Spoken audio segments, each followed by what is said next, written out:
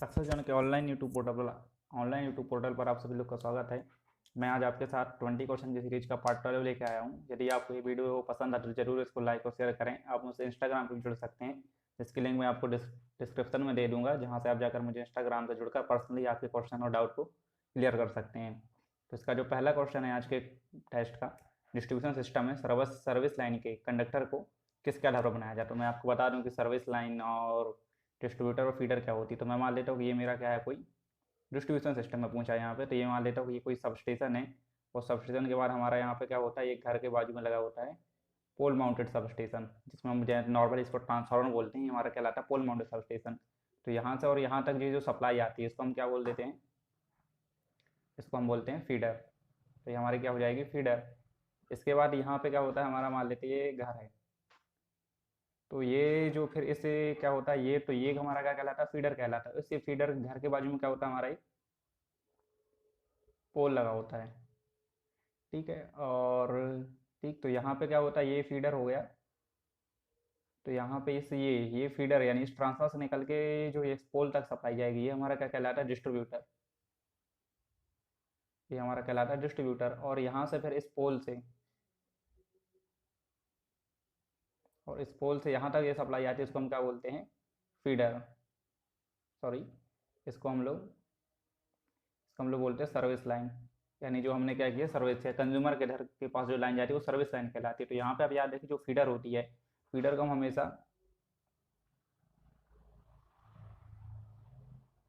Feeder को जो हमेशा होता है करंट रेटिंग, यानी फीडर का जो होता है वो हम किसके साथ डिसाइड करते हैं, करंट का। डिस्ट्रीब्यूटर हमेशा किससे डिसाइड होता है, वोल्टेज से। और जो सर्विस लाइन होती है वो हमारा क्या होता है, लोड से, यानी कि जिसको हम सप्लाई दे रहे हैं, जो भी कंज्यूमर का जो लोड है उसके साथ हम क्या करते हैं, इसका कंडक्टर का साइड डिसाइड करते हैं। यानी फीडर का साइज जो है वो करंट से, और डिस्ट्रीब्यूटर का साइज वोल्टेज से, और सर्विस लाइन का साइज हम किससे डिसाइड करते हैं, लोड से। तो यहाँ पर क्वेश्चन पूछा गया है कि डिस्ट्रीब्यूशन लाइन में सर्विस लाइन के कंडक्टर को किसके आधार पर बनाया जाता है, जिससे कंडक्टर का साइज हम कैसे डिसाइड करते हैं। तो यहाँ पे क्या होगा, सर्विस लाइन के लिए लोड। उसके बाद अगला क्वेश्चन है कि बंडल कंडक्टर का प्रयोग हाई वोल्टेज पर मुख्यतः किया जा रहा है। तो हाई वोल्टेज पर यहाँ पे क्या होता है, कोरोना लॉस को कम करने के लिए किया जाता है। तो बंडल कंडक्टर क्या होते हैं, यानी कि स्ट्रेट कंडक्टर ना होकर यहाँ पे कंडक्टर को बहुत सारे वायरों से जोड़ के एक बंडल कंडक्टर बनाया जाता है। तो कोरोना लॉस कुछ नहीं होता, जब क्या होता है, मान लेते हैं कि यहाँ पे ये कोई वायर जा रहा है। ठीक है, तो इसके वायर के आसपास क्या होता है, एयर होती है। ये वायर क्या है, एयर है। जब इस वायर में से क्या होता है, हाई वोल्टेज यानी एचवी, बहुत ज़्यादा हाई वोल्टेज निकलता है, तो ये क्या करेगा, अपने आजू बाजू के एयर को क्या कर देगा, आयनित कर देता है। अगर ये एयर को आयनित करता है तो इसके बाजू के जो अणु वो एक दूसरे क्या होते हैं, टकराते हैं। और टकराने से क्या होता है, ये एक बहुत ज़्यादा ब्लू लाइट यानी ब्लूएस्ट लाइट टाइप की ब्लूएस्ट लाइट जनरेट करते हैं, यानी ब्लू कलर की लाइट जनरेट करते हैं कंडक्टर के आसपास। और क्या होता है, यदि वायु आयनित होती है तो ये वायु भी क्या हो जाती है, कंडक्टर से एक कंडक्टर के जैसे वर्क करने लगती है। और यहाँ पे क्या होता है, कंडक्टर का जो करंट है इसके कंडक्टर से न जाके इसके बाहरी एरिया से ज़्यादा जाता है। तो यहाँ पे इसको हम क्या बोलते हैं, कोरोना लॉस। तो इसी कोरोना लॉस को हम क्या करते हैं, बंडल जनरेटर का प्रयोग करते हैं। इसका आपसे कोरोना लॉस कई चीज़ों पर डिपेंड करता है, वोल्टेज पर, उसके जो सतह का टाइप्स कैसा है, नहीं सतह बिल्कुल प्लेन है या फ्रोडरी है, इस टाइप से कोरोना लॉस कई चीज़ों पर डिपेंड करता है। तो यहाँ पे बंडल कंडक्टर का प्रयोग करके हम क्या करते हैं, कोरोना लॉस को कम करने के लिए करते हैं। इसके बाद है स्क्यू बाइंडिंग का प्रयोग किसे कम करने के लिए किया जाता है, स्लॉट हार्मोनिक्स को, स्पेस हार्मोनिक्स को, टाइम हार्मोनिक्स को, या रिवर्स रोटेटिंग फील्ड को। तो यहाँ पे सबसे पहले बता देते हो स्क्यू बाइंडिंग क्या होती है। तो क्या होता है कि हम जो ये रोटर होता है, यानी ये मैली स्क्यू बाइंडिंग हम इसमें करते हैं स्क्वारल केज रोटर में। तो स्क्वारल केज रोटर में ये कंडक्टर को हम सीधा सीधा स्ट्रेट ना डाल के कुछ एंगल पे डालते हैं, इसी को हम क्या बोलते हैं, स्क्यू बाइंडिंग कहते हैं। क्योंकि जो स्क्वारल केज रोटर है वो कॉपर के कंडक्टर को एक एंड प्लेट, यानी ये मेरी क्या हो जाएगी, एंड प्लेट से शॉर्ट सर्किट करके बनाया जाता है, और बीच में क्या होती है, शाफ्ट। तो यहाँ पे जो कंडक्टर को उसको क्या सीधा ना करके टेढ़ा करके डालते हैं। तो यहाँ पे एक चीज़ तो होती है कि इसको बाइंडिंग से क्या होती है, हमारी मैग्नेटिक लॉकेज खत्म होती है। यानी कि अगर ये स्टेटर का पोल एन पोल उसके नीचे एस पोल के नीचे कभी नहीं आ पाते, हल्का सा क्या होता है, एंगल पे होता है, जैसे एन और एस पोल क्या होते हैं, लॉक नहीं हो पाते। तो ये हमारी क्या होती है, मैग्नेटिक लॉकिंग को तो खत्म करता है। मैग्नेटिक लॉकिंग को खत्म करने के साथ साथ ये हमारा क्या कर देता है, यहाँ पे स्लॉट हार्मोनिक्स यानी हार्मोनिक्स को भी क्या करता है, खत्म कर रहा है। तो यहाँ पे इसको बाइंडिंग के प्रयोग से हम क्या होते हैं, स्लॉट हार्मोनिक्स कम कर सकते हैं। तो यहाँ पे स्लॉट हार्मोनिक्स भी खत्म हो जाते हैं, और क्या होती है, मैग्नेटिक लॉकिंग भी खत्म होती है। और हमारा क्या होता है, थोड़ा सा इससे हमारा थोड़ा सा टॉर्क कम होता है, लेकिन यहाँ पे ये जो बेनिफिट्स है वो इन सबसे ज़्यादा होती है। हम क्या करते हैं, यहाँ पे इसको बाइंडिंग करते हैं। ठीक है, अगला क्वेश्चन है, यदि इंडक्शन मोटर के वोल्टेज को 20% घटा दिया जाए तो इसके टॉर्क में कितनी कमी होगी। तो यहाँ पे इसके लिए आपको याद रखना होगा कि जो टॉर्क होता है, torque is directly proportional to होता है वी स्क्वायर। यानी यदि क्या होता है, टॉर्क अगर directly proportional to V square. तो यहाँ पे पूछा है कि टॉर्क को 20% घटा दे, तो मैं मान लेता हूँ कि पहले मेरा टॉर्क क्या था 1, यदि मैं इसको 20% घटा रहा हूँ, 1 का 20% कितना हो जाएगा 0.2, यानी यदि 0.2 कम करता हूँ तो मेरा टॉर्क वैल्यू कितना बचेगा 0.8। ठीक, यानी कि अगर मैं वोल्टेज कम करता हूँ मेरा टॉर्क भी क्या हो जाएगा 0.8 हो जाएगा। तो बस आप इसको सॉल्व करने के लिए सबसे सही तरीका होता है, एक फॉर्मूला लिख लीजिए कि अगर इसको कम करना है तो यहाँ पर होता है 1 माइनस एन स्क्वायर इंटू 100, और एन की वैल्यू हम कैसे निकालेंगे, जो हमने 0.1 यानी कि जो मेरा जो निकला था क्या 0.2 निकला था क्या, 20% घटाने पे, तो एन इक्वल टू कितना हो जाएगा 1 माइनस 0.2 इक्वल टू 0.8। ठीक, तो यदि मैं यहाँ पे क्या कर रहा हूँ 0.8 का एन की वैल्यू कितनी हो जाएगी यहाँ पे 0.8, आप फॉर्मूले में रखेंगे 1 माइनस एन स्क्वायर इंटू 100। यदि देखो यहाँ पे क्या बोला, घटाने के लिए बोला इसकी मैं क्या 1 माइनस एन स्क्वायर किया, और जब बढ़ाने के लिए बोले तो क्या करेंगे एन स्क्वायर माइनस 1 कर लेंगे। तो यहाँ पे 1 माइनस एन स्क्वायर 0.8 का सर हो जाएगा 0.64 इंटू 100, तो ये किसके बराबर आ जाएगा 0.36 इंटू 100 इक्वल टू कितना हो जाएगा 36%। यहाँ पे जो टॉर्क में कितनी कमी आ जाएगी 36% की कमी आ जाएगी, यानी जो भी टॉर्क पहले पहला टॉर्क 100 न्यूटन मीटर था, तो अब कितना हो जाएगा 36% घट के 64 न्यूटन मीटर, यानी जो भी टॉर्क है उसमें कमी आ जाती है। यहाँ पे 1 माइनस एन स्क्वायर हमें तब करना है जब क्या हो कि घटाने की बात हो, लेकिन जब बढ़ाने की बात हो तो एन स्क्वायर माइनस 1 कर देंगे, यानी ये सीधा सीधा है कि बड़ी संख्या में छोटी संख्या को घटा देना है। ठीक है, इसके बाद है लॉस ऑफ चार्ज मेथड का प्रयोग किसे किया जाता है, तो आप याद रखिए लो रेजिस्टेंस के लिए हम बीट स्टोन वगैरह या कुछ भी चीज़ यूज कर सकते हैं, मीडियम रेजिस्टेंस के लिए बीट स्टोन या volt meter ampere meter method use हो जाती है, लेकिन यहाँ पे हमेशा लॉस ऑफ चार्ज मेथड, यानी यहाँ पे चार्ज कितना कम हुआ उसको गिने का हम क्या करते हैं यहाँ पे रेजिस्टेंस को निकाल देते हैं। ये हमेशा किसमें यूज किया जाता है हाई रेजिस्टेंस मेथड में, नॉर्मल रेजिस्टेंस को नापने के लिए हम ये वाली मेथड यूज नहीं करते, तो यहाँ पे लॉस ऑफ चार्ज मेथड का प्रयोग किसमें किया जाता है हाई रेजिस्टेंस को नापने के लिए। अगला क्वेश्चन है कि फोर्थ हार्मोनिक्स को कम करने के लिए वाइंडिंग को कितना शॉर्ट सर्किट कितना शॉर्ट करना होगा, तो यहाँ पे क्या होता है हम हार्मोनिक्स को कम करने के लिए वाइंडिंग को शॉर्ट पिच करते हैं। मान ले तो पहले वाइंडिंग क्या है, अगर ये है तो इससे हम 180 पे अगला पोल रखते हैं, वेक्टर डायग्राम के पहले वाइंडिंग का ये था, तो इससे 180 पे अगला पोल इसी के एक्सेस पे आता, तो इसको इसके एक्सेस पे ना रख के हम हल्का सा रखेंगे, यानी यहाँ पे कुछ ना कुछ कोण बनेगा अल्फा, यानी हमने कितना किया इतना शॉर्ट कर दिया, तो यही हमारी क्या कहलाती है शॉर्ट पिच वाइंडिंग। तो शॉर्ट पिच वाइंडिंग में जैसे क्या होते हैं हार्मोनिक्स कम होते हैं, और जो भी है हमारा एक डिस्ट्रीब्यूटेड बाइंडिंग के लिए भी शॉर्ट पिच बाइंडिंग जरूरी होती है। डिस्ट्रीब्यूटेड बाइंडिंग में क्या होता है ईएमएफ में कमी आती है, लेकिन यहाँ पे हार्मोनिक्स कम होने के कारण इसका जो लाभ है वो इसके ईएमएफ में कमी आने से बहुत ज़्यादा होता है, इसलिए हम यहाँ पे डिस्ट्रीब्यूटेड बाइंडिंग करते हैं बड़ी मशीनों में। नॉर्मली सिंगल फेज मोटर में कॉन्सेंट्रिक बाइंडिंग होती है, लेकिन 3 फेज मोटर या 3 फेज अल्टरनेटर इन सब हम क्या कर लेते हैं डिस्ट्रीब्यूटेड बाइंडिंग करते हैं। तो यहाँ पे वही क्वेश्चन पूछा गया है कि यदि हमको क्या करना है फोर्थ हार्मोनिक्स को खत्म करना है तो हमें कितना शॉर्ट पिच करनी होगी, यहाँ पे अल्फा की वैल्यू पूछी गई है कि अल्फा का मान कितना होगा। तो आप याद रखिए यहाँ पे शॉर्ट पिच का यानी पिच फैक्टर का फॉर्मूला होता है पी सी इक्वल टू मान लेता हूँ pitch factor equal to cos alpha by 2, यानी यहाँ पे cos alpha by 2 equal to मैं 0 कर लूँ तो यहाँ पे ठीक कॉस अल्फा बाई 2 होता है। मैं मान लेता हूँ मेरे को कौन सा हमने कम करना है एन हार्मोनिक्स, मेरे को नहीं पता कौन सा करना है, तो मैंने मान लिया कि एन हार्मोनिक्स कम करने के लिए क्या हो जाएगा P C into N cos alpha by 2। अब यहाँ पे मेरा फॉर्मूला क्या आया,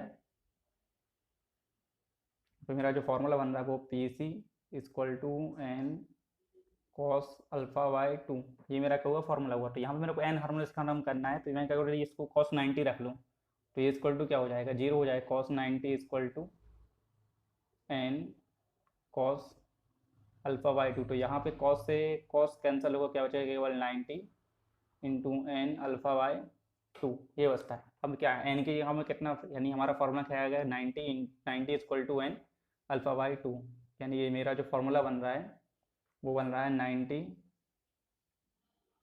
equal to N alpha by 2। यहाँ पे मेरे को फोर्थ हार्मोनिक्स खत्म करना तो क्या कर दूंगा 4, यानी जो हार्मोनिक्स यहाँ पर फिफ्थ हार्मोनिक्स खत्म करना हो तो एन इक्वल टू फिफ्थ रख लीजिए, 1 फर्स्ट हार्मोनिक्स खत्म करना तो 1 रख सकते हैं, तो 4 अल्फा बाई 2 इक्वल टू 90। यहाँ से ये 2 से 2 कैंसिल हो जाएगा 2, और इसको 2 से करेंगे तो कितना आ जाएगा 45 डिग्री। तो यहाँ पे हमें याद रखना है कि हमें जो भी हार्मोनिक्स खत्म करना हो एन इक्वल टू वही वैल्यू रखनी होगी। तो यहाँ पे अल्फा का मान कितना आ जाएगा 45 डिग्री, यानी हम क्या करेंगे वाइंडिंग को 45 डिग्री से शॉर्ट करते जाएंगे तो क्या हो जाएगा हमारा फोर्थ हार्मोनिक्स खत्म हो जाएगा। तो यहाँ पे सही आंसर क्या हो जाएगा 45 डिग्री। इसके बाद होता है कि पावर ट्रांसमिशन लाइन में इंडक्टेंस का मान, तो यहाँ पे याद रखिए पावर ट्रांसमिशन लाइन में इंडक्टेंस का मान है जो फेज कंडक्टर के मध्य, यानी कि दोनों फेज जो कंडक्टर होते हैं उनके मध्य दूरी बढ़ाने से क्या हो जाता है बढ़ जाता है, इसका लंबाई बढ़ाने से नहीं घटता, कंडक्टर के व्यास पे ज़्यादा कुछ इफेक्ट नहीं पड़ता, लेकिन यहाँ पे फेज कंडक्टर के मध्य की दूरी बढ़ाने से क्या होता है इंडक्टेंस का मान बढ़ता है। इसके बाद अगला क्वेश्चन है कि शॉर्ट लॉन्ग और मीडियम, तो यहाँ पे यही पूछा गया कि शॉर्ट लॉन्ग और मीडियम को हम किस आधार पर बांटते हैं, तो यहाँ पे हम क्या होता है उसकी लंबाई के आधार पर डिसाइड करते हैं कि किस लाइन को हम शॉर्ट बोलेंगे, किस लाइन को लॉन्ग बोलेंगे और किस लाइन को मीडियम बोलेंगे। तो यहाँ पर उसकी लंबाई के आधार पर डिसाइड किया जाता है कि कौन सी शॉर्ट ट्रांसफर लाइन है, कौन सी लॉन्ग ट्रांसफर लाइन है, कौन सी भी। नॉर्मली 80 किलोमीटर तक हम शॉर्ट मानते हैं, फिर 80 से 100, फिर 100 किलोमीटर के ऊपर ये मीडियम और हाई चलता रहता है। तो यहाँ पर अगला क्वेश्चन है कि ट्रांसफार्मर के प्राइमरी और द्वितीयक में स्थानांतरित पावर स्थानांतरित। तो यहाँ पे याद रखिए कि ट्रांसफार्मर के प्राइमरी से सेकेंडरी में जो पावर स्थानांतरित होती है, यानी ये क्या है, मेरी ट्रांसफार्मर की कोर है, यहाँ पे मैं एक वाइंडिंग करता हूँ, यहाँ पे दूसरी वाइंडिंग करता हूँ, और यहाँ पे क्या होता है, बीच में ये फ्लक्स चल रहा होता है, यानी ये क्या होता है, फाई, ये पूरा फ्लक्स चल रहा होता है। तो यहाँ पे जो भी इन दोनों वाइंडिंग के बीच में कनेक्टिंग पाथ होता है, केवल फ्लक्स होता है, यानी इस फ्लक्स के थ्रू कनेक्ट है। तो जो भी पावर ट्रांसफर होगा किसके थ्रू होगा, फ्लक्स के थ्रू। तो यहाँ पे का आंसर क्या हो जाएगा, नन ऑफ दिस, यानी यहाँ पे सही आंसर क्या हो जाएगा, फ्लक्स। यानी हम प्राइमरी से ट्रांसफर सेकेंडरी में जो पावर को ट्रांसफर करते हैं किसकी सहायता से करते हैं, फ्लक्स की सहायता से। इसके बाद अगला क्वेश्चन है कि ट्रांसफार्मर ऑयल का प्रयोग किया जाता है। तो यहाँ पे क्या होता है, हम ट्रांसफार्मर ऑयल में बाइंडिंग के आसपास क्या होता है, ट्रांसफार्मर ऑयल को भर लेते हैं। जो मैली क्या करता है, शीतलन करता है, साथ साथ हमें क्या करता है, एक इंसुलेशन, यानी जो उसकी बॉडी और बाइंडिंग के बीच में इंसुलेशन प्रोवाइड कराता है। तो यहाँ पर ट्रांसफार्मर ऑयल का जो प्रयोग है वो शीतलन और विद्युत रोधन दोनों के लिए किया जाता है। लुब्रिकेशन यहाँ पर हो नहीं सकता, शॉर्ट सर्किट ये हमारा एक्सटर्नल फाल्ट है, इसके लिए हम रिले वगैरह लगा के रखते हैं। लुब्रिकेशन वहीं करना होगा जहाँ पे कोई रोटेटिंग पार्ट हो, यहाँ कोई रोटेटिंग पार्ट है नहीं, इसलिए यहाँ पे सही आंसर क्या हो जाएगा, शीतलन और विद्युत रोधन के लिए। नॉर्मली तो इसका यूज शीतलन के लिए होता है, लेकिन किसी से हमारा क्या होता है, यानी जो हम ट्रांसफार्मर हमेशा ऐसा चुनते हैं जो एक अच्छा विद्युत रोधी हो। तो ये हमारा क्या रहता है, एक इंसुलेशन भी प्रोवाइड कराता है। तो यहाँ पे ट्रांसफार्मर का ऑयल जो होगा वो शीतलन तथा विद्युत रोधन के लिए प्रयोग किया जाएगा। इसके बाद है 40 किलोमीटर की ट्रांसमिशन लाइन के लिए सर्ज इम्पीडेंस का मान 500 ओम हो, तो 200 किलोमीटर लाइन के लिए सर्ज प्रतिरोध का मान क्या होगा। यहाँ पे सर्ज प्रतिरोध होना था। तो यहाँ पे आप याद रखिए सर्ज इम्पीडेंस कभी भी चेंज नहीं होता है, यानी सर्ज इम्पीडेंस हम उसको बोलते हैं कि impedance of a lossless line, यानी ऐसा ही लाइन जिसमें कोई लॉस ना हो रहा हो तथा उसका जो इम्पीडेंस होगा उसी को हम सर्ज इम्पीडेंस बोलेंगे। तो सर्ज इम्पीडेंस कभी भी लेंथ पे डिपेंड करता ही नहीं है, यानी आप 100 किलोमीटर 1000 किलोमीटर का भी क्वेश्चन होता तो यहाँ पे सही आंसर क्या होता है, 500। तो 400 किलोमीटर के लिए 500, 200 किलोमीटर के लिए क्या होगा, 500। इवन यहाँ पे ये अगर 1 किलोमीटर भी होता तब भी क्या होता, सर्ज इम्पीडेंस का मान 500 में होता। इसके बाद आता है कि ट्रांसफार्मर का शून्य वोल्टेज रेगुलेशन संभव है। तो याद रखिए केवल लीडिंग परफेक्ट है। यहाँ पे वोल्टेज रेगुलेशन का एक फॉर्मूला होता है, no load minus full load divided by full load. लेकिन यहाँ पे एक और फॉर्मूला याद रखिए कि voltage regulation is equal to, यहाँ पे हो जाएगा I2 dash into are unit पर, यानी कि आर इक्वलेंट कॉस फाई। इसको अच्छे से लिख देता हूँ। यहाँ पे जो वोल्टेज रेगुलेशन का फॉर्मूला होगा V R equal to I2 into R equivalent into cos phi, यानी यहाँ पे सेकेंडरी रेजिस्टेंस की बात हो रही है। और यहाँ पे होता है plus minus I2 dash into x2, यानी कि सेकेंडरी इंटू साइन फाई। तो यहाँ पे हम जो प्लस लेते हैं हम किसके लिए लेते हैं, लीडिंग के लिए, और यहाँ पे इसके लिए लेते हैं लैगिंग के, सॉरी यहाँ प्लस हम यहाँ पे लेते हैं लैगिंग के लिए, और जो माइनस लेते हैं उसके लिए लेते हैं लीडिंग के लिए। तो जब ये दोनों माइनस होंगे तभी यहाँ पे पॉसिबिलिटी है कि कुछ जीरो आ सकता है, लेकिन जब भी हम प्लस करेंगे तो ये तो जीरो बनने से रहा नहीं है। कि एक ऐसी कंडीशन आती है जब आर इक्वलेंट और आर x2 इक्वल हो सकते हैं, तो यहाँ पर माइनस की कंडीशन में ये चीज़ जीरो हो जाएगी, लेकिन यहाँ पे ये प्लस की कंडीशन के बीच जीरो नहीं होगी। तो यहाँ पे जो शून्य वोल्टेज रेगुलेशन केवल कब संभव है, जब क्या हो, लोड लीडिंग लोड पर। तो लीडिंग लोड पर केवल क्या होता है, शून्य वोल्टेज रेगुलेशन संभव होता है। इसका अगला क्वेश्चन है कि ट्रांसफार्मर का कोर फ्लक्स मूलतः निर्भर करता है। तो यहाँ पे आप इसका सही आंसर होगा सप्लाई वोल्टेज और फ्रिक्वेंसी। ये तो आपको समझ आता है कि जितना हम वोल्टेज देंगे और जितनी उसकी फ्रिक्वेंसी होगी उतना फ्लक्स में चेंजेस आएगा, उसी के हिसाब से क्या होगा, फ्लक्स होगा। लेकिन यहाँ पे इसके साथ साथ ये लोड पे भी डिपेंड करेगा, क्योंकि जब हम ट्रांसफार्मर का, ये भी तो मैं मान लेता हूँ कि मैंने यहाँ पे दिया है, तो दिया यहाँ पे मैं जब इसको सप्लाई देता हूँ, ट्रांसफार्मर में कोई लोड नहीं है, तो इस कंडीशन में माना कि ट्रांसफार्मर नो लोड पे है, तो यहाँ पे क्या होता है, करंट फ्लो होता है I0, जिसको हम क्या बोलते हैं, नो लोड करंट। ठीक है, यानी यहाँ पे मैं मान लेता हूँ वोल्टेज का जनरेट होता है E1 अपर डायरेक्शन में, तो यहाँ पे भी क्या हो जाएगा, E2 जो होगा वो अपर डायरेक्शन में ही होगा। लेकिन यहाँ पे जैसे ही हम क्या करते हैं, यदि मैं इसी ट्रांसफार्मर में यहाँ से एक लोड को जोड़ देता हूँ, यानी मैंने यहाँ पे क्या किया, एक लोड कनेक्ट किया, तो इस लोड के कारण क्या होता है, यहाँ पे एक करंट फ्लो होती है जिसको हम बोलते हैं I2 डैश। तो ये I2 डैश क्या करती है, जिसके कारण जनरेट हुई, यानी I2 डैश क्या हुआ, इस विरोध, इस वोल्टेज कारण जनरेट हुई, तो इस वोल्टेज का विरोध करती है, यानी इस वोल्टेज को अपर डायरेक्शन। और इसी कारण क्या होता है, यहाँ पे एक और वोल्टेज का जनरेट हो जाता है V2, जो हमें टर्मिनल पे मिलता है, उसको क्या होता है, इस E2 की अपर डायरेक्शन में होता है, नहीं E2 के विपरीत दिशा में होगा। तो ये V2 क्या करता है, यानी इस I2 डैश के कारण इसके जो फ्लक्स में है वो कमी आने लगती है, यानी ये इसका विरोध करेगा, और ये विरोध किस वजह से, फ्लक्स की वजह से। तो ये करेगा, फ्लक्स को कम करने की कोशिश करता है। और ट्रांसफार्मर का एक कंडीशन होती है इसमें फ्लक्स हमेशा कोर में बराबर रहेगा। तो इसी फ्लक्स को कम करने के लिए ट्रांसफर क्या करता है, यहाँ से एक और करंट खींचता है, जो हमें लोड करंट बोलते हैं, यानी यहाँ से हमें तो ज़्यादा करंट देना पड़ता है, इसी वजह से पूरा ट्रांसफार्मर एक्शन चलता है। तो यहाँ पे क्या होगा, फ्लक्स जो है वो साथ साथ वोल्टेज फ्रिक्वेंसी के साथ साथ किस पे, लोड पे भी डिपेंड करेगा। इसके बाद अगला क्वेश्चन है, कोई इंडक्शन मोटर के लिए स्लिप का मान एस है, तो ग्रॉस पावर तथा एयर गैप पावर का अनुपात किसके बराबर होगा। तो यहाँ पे जो सही आंसर होगा मैं बता देता हूँ, 1 माइनस एस। यहाँ पे मैं बता देता हूँ कि कोई भी इंडक्शन मोटर के लिए जो ये ग्रॉस पावर या एयर गैप पावर क्या होती है। तो मैं मान लेता हूँ कि ये मेरा क्या है, यदि आप इसका पावर सर्किट डायग्राम बनाएंगे, पावर फ्लो डायग्राम, तो यहाँ पे आप देखेंगे कि यहाँ पे क्या होता है, स्टेटर है, यानी मैं मान लेता हूँ स्टेटर है, स्टेटर में मैंने सप्लाई दी, तो ये मान लेता हूँ स्टेटर इंड्यूस पावर, यानी स्टेटर लॉस में अगर मैं निकाल लूँ, स्टेटर से अगर स्टेटर को पावर देने के बाद स्टेटर लॉस निकाल ले, तो यहाँ पर हमको क्या मिल जाएगा, पीजी। पीजी यही हमारा क्या कहलाता है, एयर गैप पावर। अब इस एयर गैप पावर पूरा पूरा किस पे जाता है, हमारा रोटर के ऊपर। और इस रोटर से अगर मैं क्या करूँ, रोटर के लॉसेस को निकाल लूँ, तो यहाँ पे मेरा क्या आता है, पीएमडी। और इस पीएमडी से यदि मैं सॉफ्ट लॉस, यानी यहाँ पे मैंने क्या किया, रोटर लॉस को निकाला, यहाँ पे स्टेटर लॉस को निकाला, यहाँ पे क्या रोटर लॉस को निकाल लो, और यहाँ पे मैं क्या करूँ, जो मैकेनिकल लॉस है उसको यदि मैं निकालूँ, तो मेरे को क्या मिल जाएगा, सॉफ्ट पावर, यानी सॉफ्ट पे जो टॉर्क मिलेगा। तो यहाँ पे जो पूछा है कि, तो यही क्या कहलाता है हमारा एयर गैप पावर, और जो पीएमडी है वो हमारा क्या कहलाता है, टोटल ग्रॉस पावर, यानी कितनी पावर इंड्यूस हुई। उसके बाद मैकेनिकल लॉस की वजह से हमारा क्या होता है, जो आर्मेचर में पावर या रोटर में पावर इंड्यूस होती है, मैकेनिकल पावर इंड्यूस होती है, और जो शाफ्ट में जो पावर होती है उसमें कुछ ना कुछ अंतर पाया जाता है, और ये किसकी वजह से होता है, मैकेनिकल लॉसेस की वजह से। तो यहाँ पे इसी मैकेनिकल लॉसेस, यानी कि ये ग्रॉस पावर और इस पीजी में क्या रिलेशन होता है। तो यहाँ पे आप याद रखिए कि ये जो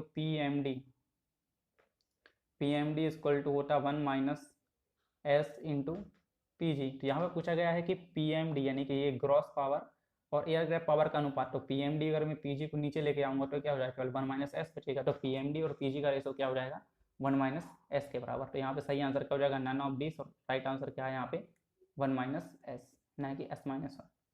यहाँ पे अगला क्वेश्चन है, 100 केवी ट्रांसफार्मर की दक्षता फुल लोड पर तथा हाफ लोड पर, यानी यहाँ पे क्वेश्चन में दिया गया है कि इसकी जो दक्षता है वो फुल लोड और हाफ लोड दोनों पर बराबर है। तो फुल लोड पर कॉपर लॉस, यानी कि कॉपर लॉस क्या होंगे, कोर लॉस से कम होंगे या कोर लॉस से कम होंगे ना, सीधा सीधा क्वेश्चन है कि इस दोनों कंडीशन में कोर लॉस ज़्यादा होगा या कॉपर लॉस ज़्यादा होगा। तो इसको आप सीधा सीधा सॉल्व कर सकते हैं। यहाँ पे देख सकते हैं कि यहाँ पे दक्षता कितनी दी थी, 98, यानी इसको मैं 98% को 98/100 लिख सकता हूँ। मैंने मान लिया कि ट्रांसफार्मर का जो कितना था 100 kVA का था, तो यहाँ पे जो मेरा आउटपुट कितना हो गया 100 kVA, और प्लस यहाँ पे इनपुट कितना है 100 kVA plus PI plus PC, यानी iron loss plus copper loss.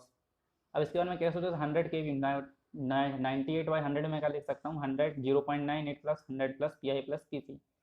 अब मैं क्या कर सकता हूँ, इस 100 प्लस 9 इसको मैंने इस साइड और इसको यहाँ लेकर आया, तो ये क्या हो जाएगा 100 प्लस PI प्लस PC और वह 100/0.98। जब मैं इसको डिवाइड करता हूँ तो कितना आ जाता है 102.04 के बराबर। ठीक, यहाँ पे मैंने ये 100 प्लस PI प्लस PC क्यों लिखा, क्योंकि हमें जो आउटपुट मिल रहा है यदि मैं उसमें लॉसेस को जोड़ दूँ तो मेरा क्या हो जाएगा इनपुट, यानी मैंने जितना इनपुट दिया होगा उसमें से लॉसेस घटने के बाद ही तो आउटपुट मिला। तो अगर मैं वापस इनपुट में लॉसेस जोड़ दूँ तो मेरा इनपुट बन जाएगा। तो यहाँ पे मैंने आउटपुट में ये लॉसेस को जोड़ा। अब देखूंगा 0.98, ये कितना हो जाएगा 102.04 के बराबर। अब इस 100 में से हम क्या करेंगे 102.4 को बराबर करेंगे, तो यहाँ पे PI plus PC equal to क्या हो जाएगा 2.04, ये मेरे लिए क्या हो जाएगी 1 इक्वेशन। इसके बाद अगली कंडीशन दिया है कि 50% लोड पे, यानी ये 100 kVA का कितना हो जाएगा 50 kVA, और 50 kVA plus PI plus PC। लेकिन यहाँ पे क्या होता है, आयरन लॉस तो हमारे कभी चेंज नहीं होते, लेकिन कॉपर लॉस में चेंजेस आता है। तो 50% लोड पे कॉपर लॉस का फॉर्मूला क्या होगा, MC into M square divided by full load into copper loss. तो यहाँ पे हम 50% क्या लिख सकते हैं 50/100, ये क्या हो जाएगा 1/2 के बराबर, और 1/2 का स्क्वायर क्या हो जाएगा 1/4 इंटू PC, यानी जो 50% लोड पे जो भी लॉसेस होंगे कॉपर क्या होंगे, जो भी कॉपर लॉसेस होंगे वो क्या हो जाएंगे फुल लोड लॉस का 1/4 हो जाएगा। तो यहाँ पे मैं क्या करूँगा, आयरन लॉस को मैंने सेम टू सेम रखे प्लस 1/4 PC रख लिया। अब फिर से वही करते हैं कि इसको मैंने इस डायरेक्शन में भेज दिया और इसको नीचे लेकर आया, तो 50/0.98 plus 50 plus PI plus PC plus 1/4 PC। इसके बाद क्या हो जाएगा 50 प्लस PI प्लस 1/4 PC। जब इसको 50 को 0.98 से डिवाइड करेंगे तो कितना हो जाएगा 51.08। तो PI plus 1/4 PC equal to क्या हो जाएगा 1.02। 4 को साइड भेजेंगे और 1.02 को क्या होगा, यानी 4 का 1.02 में इंटू होगा तो कितना हो जाएगा 4.08। याद रखिए आप यहाँ पर 4.08 लिखा है बस। तो ये मेरी क्या हो जाएगी सेकंड इक्वेशन, यानी ये जो मेरी है क्या सेकंड इक्वेशन। इस सेकंड और फर्स्ट इक्वेशन को हम क्या करेंगे यहाँ पे कंपेयर करेंगे। तो PI plus PC is equal to 2.04 plus 4PI plus PC है। ठीक है, इसको हम सीधा सीधा ब्लूपन मेथड लगाएंगे तो क्या हो जाएगा PI की वैल्यू हमारे पास कितनी आ जाएगी 2.04 डिवाइडेड बाय 3, जो किसके बराबर हो जाएगा हमारा PI इक्वल टू 0.68 यानी हमको क्या मिलता है, पी आई इक्वल टू मिलता है 0.68, और किसी भी इक्वेशन में रख के हम क्या करेंगे, पी सी की वैल्यू, पी आई की वैल्यू, इसके बाद हम करेंगे पी सी की वैल्यू निकालेंगे, तो पी सी की वैल्यू कितनी आ जाएगी हमारी 1.36, यानी कि कॉपर लॉस हमेशा क्या होगा, आयरन लॉस से ज़्यादा होगा। तो यहाँ पे क्या मिलता है हमें, P C is greater than iron loss. तो यहाँ पे जो सही आंसर होगा वो क्या हो जाएगा, तो यहाँ पे जो सही आंसर होगा वो क्या हो जाएगा कि कोर लॉस से अधिक, यानी कि कोर लॉस मतलब कि कॉपर लॉस। हमने देखा कि हमने जो सॉल्व किया उसके हिसाब से हमें क्या मिलता है कि जो टोटल लॉस है वो क्या है, कॉपर लॉस कोर लॉस से अधिक होता है। कॉपर लॉस की वैल्यू हमारी जो 1.36 आ रही है वो आ रही है 0.6 होती है, यानी यहाँ पे कॉपर लॉस क्या है, ऑब्वियसली ज़्यादा है। तो यहाँ पे सही आंसर क्या हो जाएगा, कॉपर लॉस कोर लॉस से अधिक होंगे। तो अगला क्वेश्चन है कि 240 वोल्ट शंट मोटर जिसका आर्मेचर रेजिस्टेंस 0.5 ओम तथा 40 एम्पियर है। तो यहाँ पे आप सीधा सीख लो, सीधा वैल्यू है कि T is directly proportional to 5 into I होता है, यानी हमें जो है वो अलग अलग। तो हम क्या रख सकते हैं, T one directly proportional to I A one upon T two divided by I A two, यानी इन दोनों का मैं रेशन निकाल लूँगा और मेरे को क्या मिल जाएगा, यहाँ पे आंसर मिल जाएगा। तो यहाँ पे देखिए सबसे पहले यहाँ पे ये है कि अगली कंडीशन में करंट कितना होगा। अब पहले तो इसमें आर्मेचर का रेजिस्टेंस 0.5 ओम था, यानी ये आर्मेचर रेजिस्टेंस कितना था 0.5 में, उसके साथ मैंने एक सीरीज रेजिस्टेंस कितना लगा लिया 1.5, यानी कि 1 ओम का। तो ये टोटल रेजिस्टेंस कितना हो जाएगा 1.5 ओम। तो अब मेरे को करंट निकालना होगा, तो करंट कितना हो जाएगा मेरा 2, तो करंट यहाँ पे हो जाएगा 240 डिवाइडेड बाय 1.5, तो ये लगभग मेरा कितना हो जाएगा 160 एम्पियर, यानी 160 एम्पियर। यानी अब करंट कितना हो जाएगा मेरा 160 एम्पियर। तो पहली कंडीशन मान लीजिए तो टी वन इक्वल टू कितना हो जाएगा 40, इसलिए करंट प्लस को मैं कॉन्स्टेंट मान लेता हूँ तो लेना नहीं है मेरे को। तो यह हो जाएगा T two equal to divided by 160, तो जीरो से जीरो कैंसिल हो जाएगा और 4 तो 1/4, यानी यहाँ जो T1 और T2 का रेशियो कितना हो जाएगा 1/4, हम तो 1/4 दिया नहीं, यानी जो भी अनुपात होगा किसके बराबर हो जाएगा, 4 के बराबर हो जाएगा। यानी यहाँ पे 1 है तो इसका क्या हो जाएगा 4 गुना, तो यहाँ पे सही आंसर क्या हो जाएगा 4। इसके बाद अगला देखो यहाँ पे 4 दिया है, 1/4 भी ले सकते हो, यानी मैं T2 को ऊपर ले लेता हूँ, मेरा अपने आप आंसर क्या आ जाता 4 आ जाता, तो मैं उस कंडीशन में 4 बोलता, लेकिन यहाँ पे 1/4 या 4 एक ही बात हुई। ठीक है, अगला क्वेश्चन है 10 किलोमीटर लंबी इंसुलेशन केबल का प्रतिरोध 1000 ओम है, यदि लंबाई को 50 किलोमीटर कर दिया जाए। देखिए यहाँ पे आप सीधा सीधा समझ सकते हैं कि इंसुलेशन प्रतिरोध यानी कि डाइलेक्ट्रिक स्ट्रेंथ क्या होता है, किलो वोल्ट पर एम में भी ले सकते हैं हम, यही बात हुई ना, डाइलेक्ट्रिक स्ट्रेंथ या इंसुलेशन प्रतिरोध, यानी उसका कितना है, यानी कि क्या होता है, ये जो डाइलेक्ट्रिक स्ट्रेंथ है वो सीधा सीधा दूरी के इनवर्सली प्रोपोर्शनल है, जितनी दूरी बढ़ेगी उतना क्या हो जाएगा, इसका डाइलेक्ट्रिक स्ट्रेंथ कम होगी। तो सीधी सीधी बात है, 10 किलोमीटर लंबी केबल थी तो 1000 ओम था, अब मैंने क्या किया 50 किलोमीटर कर दिया, यानी सीधा सीधा कितना बढ़ गया, ये 5 गुना बढ़ गया, यानी जो मेरी लेंथ थी वो कितनी हो गई 5 टाइम्स इंक्रीज हो गई।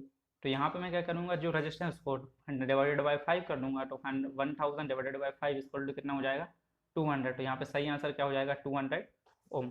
तो 17, तो यहाँ पे आंसर क्या हो जाएगा 200 ओम, लेकिन यहाँ पे ऑप्शन में नहीं, इसलिए क्या बोलेंगे हम इसको, नन ऑफ दीज। तो अभी मैं थोड़ी देर अगला क्वेश्चन है कि डिस्ट्रीब्यूशन सिस्टम में डिस्ट्रीब्यूटर के कंडक्टर के साइजों किस आधार पर बनाया जाता है। तो इसके पहले मैं इस क्वेश्चन डिस्कस कर चुका हूँ कि हम क्या करते हैं, फीडर के साइज को डिसाइड करते हैं करंट से। डिस्ट्रीब्यूटर हमारी क्या होती है, जो खंबे से, यानी जो हमारे जो पोल माउंटेड सब स्टेशन से कहाँ जाती है खंबे पे, तो हमारा क्या हो जाएगा यहाँ पे सही आंसर वोल्टेज। इसके पहले मैं इसको पूरा डिसाइड कर चुका हूँ। इसके बाद अगला क्वेश्चन है, एक 8 pole DC generator simplex wave bound armature 32 coil तथा प्रत्येक कॉइल में 6 टर्न है, तो 0.6 वीवर। तो आपके ये क्वेश्चन बहुत सिंपल है, इजी इक्वल टू आप रख सकते हैं 5ZNP डिवाइडेड बाई 60। जब आप इसमें वैल्यू रखेंगे तो 384 हो जाएगा, लेकिन यहाँ पे आप याद रखिए कि नंबर ऑफ कंडक्टर कितने होंगे।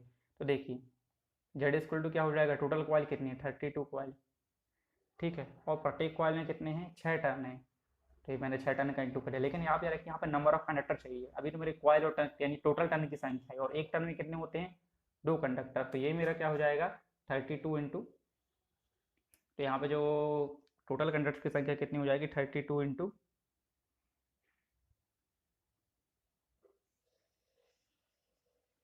12, यानी कितना हो जाएगा मेरे टोटल कंडक्टर कितने हो जाएंगे 384। यहाँ पे मैं क्या रखूँगा, इस वैल्यू में रखता हूँ कि ईजी ईजी इक्वल टू कितना होगा 5, यानी 5 कितना दिया 0.06, 5 जेड कितने दिया है मेरे 384, 5 जेड, ठीक है, एन मेरा दिया है 5 जेड एन, एन कितना दिया है 250 आरपीएम, और पोल की संख्या कितनी दी है 8, ये फाइव, तो ये मेरा क्या लगेगा 5 ZnP डिवाइडेड बाई 60।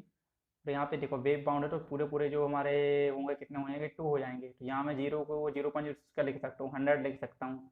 तो हो जाएगा टोटल क्या 6, तो 6 डिवाइडेड बाई कितना हो जाएगा 10। ये जीरो से जीरो कैंसिल कर दूंगा, ठीक है। और यहाँ पे मेरा कितना हो जाएगा, ये 0 0 25, तो ये हो जाएगा 4, और 4 क्रॉस 2 के कितने बराबर हो जाएगा 8 के बराबर। तो 8 से 8 यहाँ पे क्रॉस करके मेरे को मिलेगा केवल 384 वोल्ट। तो यहाँ पे जो सही आंसर हो जाएगा क्या हो जाएगा, इज इक्वल टू 384 वोल्ट। तो यहाँ पे जो भी क्वेश्चन में था केवल नंबर ऑफ कंडक्टर निकालना था। तो एक कॉइल में 2 टर्न होते हैं और टोटल 32 कॉइल थी, यानी एक कॉइल में कई टर्न होते हैं, कई टर्न मिलकर एक कॉइल बनते हैं, और एक टर्न में 2 कंडक्टर होते हैं। तो टोटल कितने हो जाएंगे 32 इंटू 6 इंटू 2 यानी कि 384। इसके बाद अगला क्वेश्चन है कि डिसऑर्टी ब्रिज का प्रयोग किसको ज्ञात करने के लिए किया जाता है। तो आप याद है कि डिसऑर्टी ब्रिज से हम क्या कर सकते हैं, केवल कैपेसिटेंस निकालते हैं। इससे हम बहुत सी चीज़ निकाल सकते हैं, लेकिन यहाँ पे डिसऑर्टी ब्रिज से केवल हम क्या निकालते हैं, कैपेसिटेंस निकालते हैं। तो यहाँ पे डिसऑर्टी ब्रिज और शेयरिंग ब्रिज, इन दोनों से हम क्या कर सकते हैं, कैपेसिटेंस निकाल सकते हैं। और जैसे हमारा हो जाता है वेन ब्रिज से हम फ्रीक्वेंसी को डिसाइड करते हैं। इंडक्टेंस के लिए हमारे इंडक्टर ब्रिज है, एंडरसन ब्रिज है, माहो मैक्सवेल ब्रिज, बहुत सारे इसके लिए होता है। रेजिस्टेंस के लिए बहुत सी मेथड होती हैं, और फ्रिक्वेंसी के लिए हमारा क्या होता है, फ्रिक्वेंसी मीटर होता है। इसके बाद फ्रिक्वेंसी के लिए हमारा क्या हो जाता है, वेन ब्रिज होता है। क्या वेन ब्रिज, वेन ब्रिज से हम क्या करते हैं, फ्रिक्वेंसी डिसाइड करते हैं। तो आई होप आपको ये वीडियो पसंद आया होगा। यदि आपको ये वीडियो पसंद आ रहा है, उसको लाइक और शेयर करें। Thanks for watching.